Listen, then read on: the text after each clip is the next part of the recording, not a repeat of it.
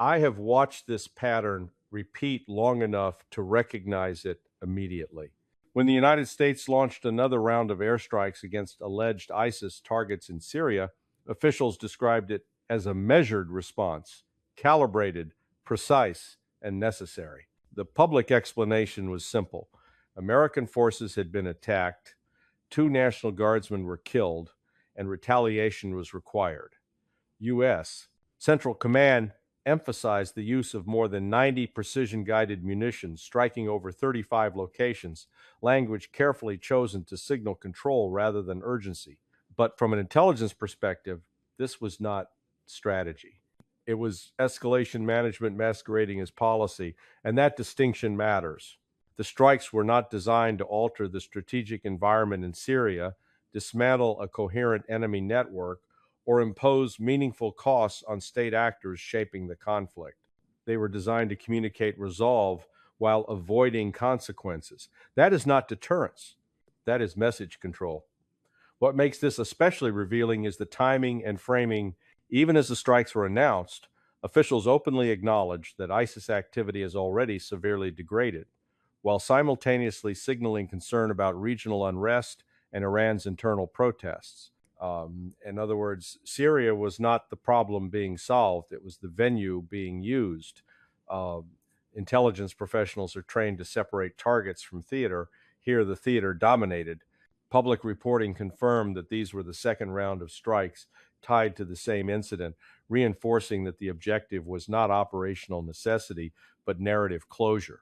When retaliation becomes iterative rather than decisive, it signals that leadership is managing optics, not threats.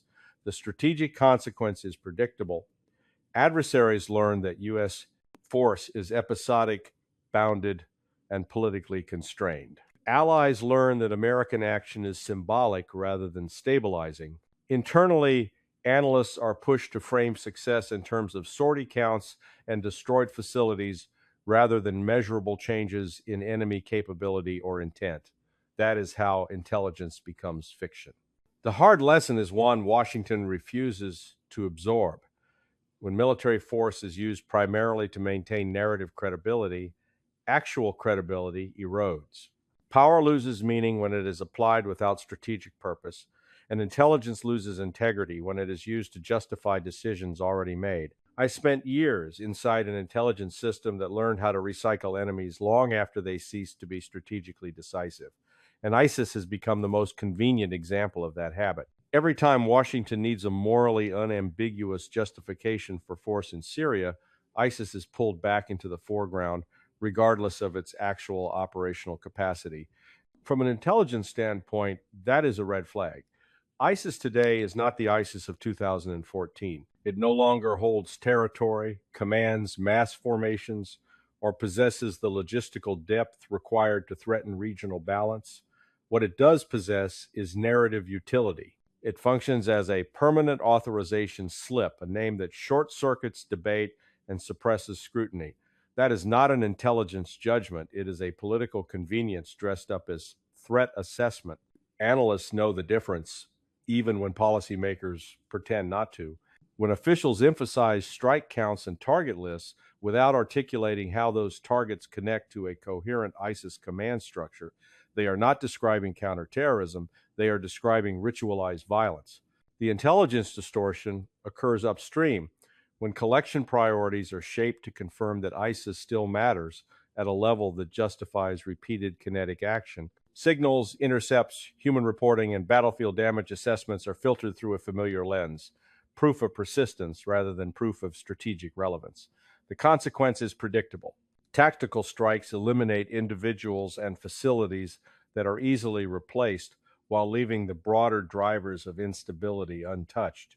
Worse, they reinforce the illusion that the United States is still engaged in a decisive counter-ISIS campaign, when in reality it is maintaining a holding pattern. That illusion then bleeds into strategic planning. Military planners are told to demonstrate activity, intelligence officers are told to validate targets, and no one is tasked with answering the uncomfortable question of end state. What does success against ISIS in Syria actually look like now? That question is avoided because answering it would expose the emptiness of the exercise. the strategic consequence extends beyond Syria.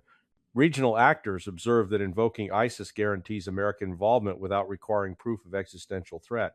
This incentivizes manipulation and exaggeration by local partners who understand how Washington's threat narratives work. The hard lesson is simple but unwelcome. When an enemy becomes permanent, intelligence stops measuring reality and starts sustaining myth. ISIS survives in American policy not because of its strength, but because it is useful. That is how counterterrorism turns into narrative maintenance and how intelligence credibility erodes from within. I have seen intelligence corrupted in many ways, but the most corrosive is not fabrication, it is selection. In Syria, target selection has become a downstream function of policy decisions already made rather than an upstream driver of strategy. That inversion is fatal to honest analysis. When leadership decides that a strike must occur, intelligence is tasked to make it look necessary, proportional, and effective. Analysts are not told to ask whether striking will change the strategic calculus. They are told to find targets that fit a pre-approved response. That process leaves fingerprints. Targets are described as associated, linked, or facilitating, elastic terms that allow almost any structure or individual to be folded into a justification. Precision-guided munitions then do what they are designed to do, hit exactly what they are aimed at. But precision in delivery does not equal precision in purpose. The intelligence failure lies not in missing data, but in narrowing interpretation. Dissenting assessments are quietly sidelined, not through overt censorship, but through relevance. Analysts who question the strategic value of repeated strikes are told their concerns are policy level, not intelligence level. That is bureaucratic evasion, not professional discipline. Over time, this produces a culture where intelligence products are written to survive clearance, not to inform decisions. The strategic consequence is drift. When targets are chosen to satisfy escalation management rather than strategic effect, military action becomes decoupled from outcomes. Adversaries adapt quickly, dispersing assets, lowering signatures, and exploiting predictable U.S. response patterns. Meanwhile, Washington congratulates itself on operational success while failing to notice that nothing fundamental changes. The analytical breakdown is straightforward. Intelligence is supposed to clarify uncertainty, not decorate certainty. In Syria, it has been repurposed to legitimize action after the fact. That erodes trust internally and credibility externally. Allies begin to discount U.S. assessments as advocacy documents. Adversaries learn to read American strikes as domestic signaling rather than threat escalation. The hard lesson is one intelligence professionals learn early, but political leadership often ignores. When intelligence serves power instead of truth, it stops being intelligence. It becomes theater support.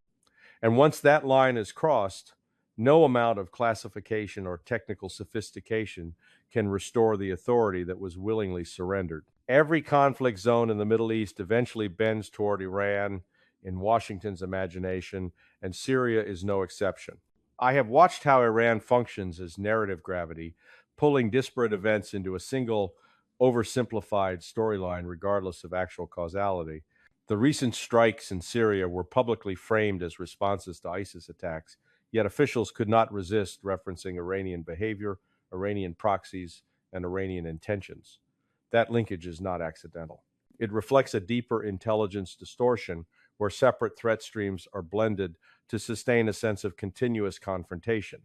From an analytical standpoint, that is lazy thinking. ISIS does not operate as an Iranian instrument. Tehran views Sunni jihadist groups as hostile and destabilizing. But in narrative-driven policy, nuance is an inconvenience. Intelligence reporting becomes less about mapping adversary relationships accurately and more about sustaining a coherent political frame. The strategic consequence is escalation creep. When Syria strikes are mentally filed under the Iran problem set, every action carries implied signaling beyond its stated purpose. That raises risk without increasing clarity. Iranian decision makers who read U.S. actions through their own intelligence channels do not see clean separations between counterterrorism and pressure campaigns They see a pattern of opportunistic force designed to probe limits without committing to outcomes. That perception encourages caution on their side, but it also encourages hedging and asymmetric responses. The analytical breakdown reveals a feedback loop. Policymakers cite Iranian influence to justify continued U.S. presence and strikes. Intelligence products then emphasize Iranian connections to maintain relevance. Media amplification reinforces the linkage, and soon the distinction between ISIS operations, Syrian regime dynamics, and Iranian regional strategy collapses into a single threat narrative. That is not how serious intelligence work is supposed to function. Threats must be disaggregated to be understood. When they are merged for convenience, analysis becomes advocacy. The hard lesson is stark. By allowing Iran to become the gravitational center of every Middle Eastern story, Washington blinds itself to secondary and tertiary effects. It misreads motives, miscalculates thresholds, and inflates the meaning of its own actions. In that environment, even limited strikes carry strategic weight they were never designed to bear, increasing the chance of misinterpretation and unintended escalation. Intelligence is meant to prevent that. In Syria, it has been enlisted to rationalize it. Deterrence is one of the most abused words in Washington, and Syria offers a textbook example of how it has been hollowed out. Officials describe each strike as a deterrent message calibrated to impose costs while avoiding escalation. From an intelligence perspective, that claim demands evidence, not repetition. Real deterrence changes behavior. It alters an adversary's calculus in observable ways. What we see instead is deterrence theater. U.S. Strikes are announced, targets are destroyed, and statements are issued declaring resolve. Then attacks recur, forces remain exposed, and the cycle resets. That is not deterrence, it is managed recurrence. Intelligence reporting quietly acknowledges this reality, even when public messaging denies it.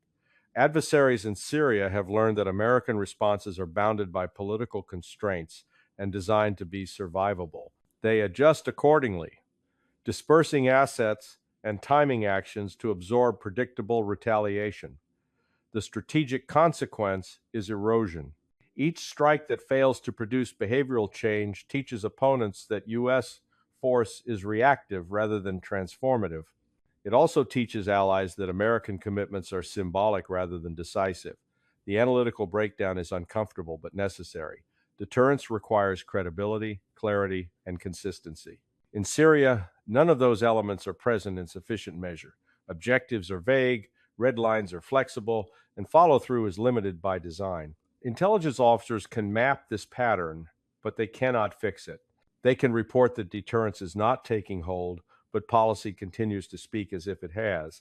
That gap between assessment and assertion is where credibility dies. The hard lesson is one that intelligence professionals recognize instinctively. You cannot deter with gestures. When force is used primarily to demonstrate that something was done, rather than to change an adversary's options, deterrence becomes a performance. And performances lose their power once the audience understands the script. In Syria, that understanding is widespread. The strikes continue not because they work, but because abandoning them would require admitting that deterrence has been replaced by ritual. What completes the cycle in Syria is not intelligence failure alone, but institutional complacency. Media amplification and congressional drift provide the enabling environment in which narrative-driven policy thrives.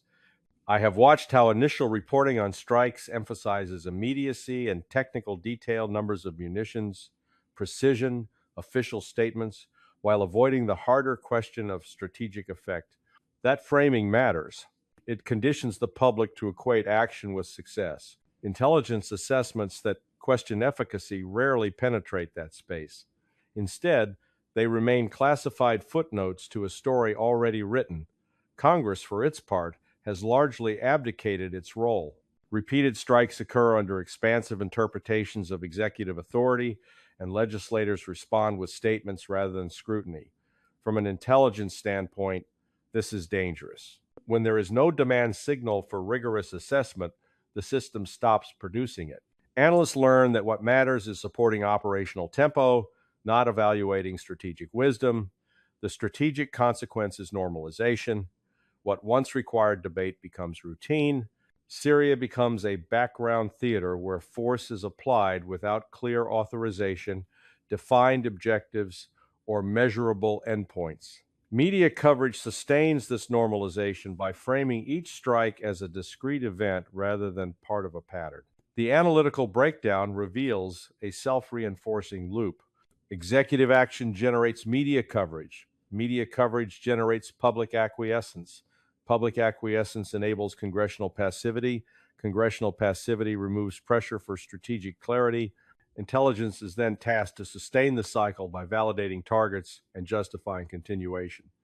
At no point is there a systemic pause to ask whether the underlying assumptions remain valid.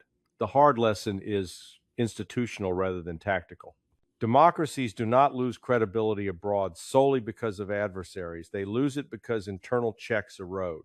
When intelligence is reduced to an enabler of momentum rather than a brake on folly, the system drifts toward performative power.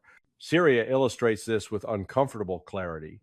The strikes persist not because they are strategically sound, but because no institution is willing to say publicly and forcefully that they are not.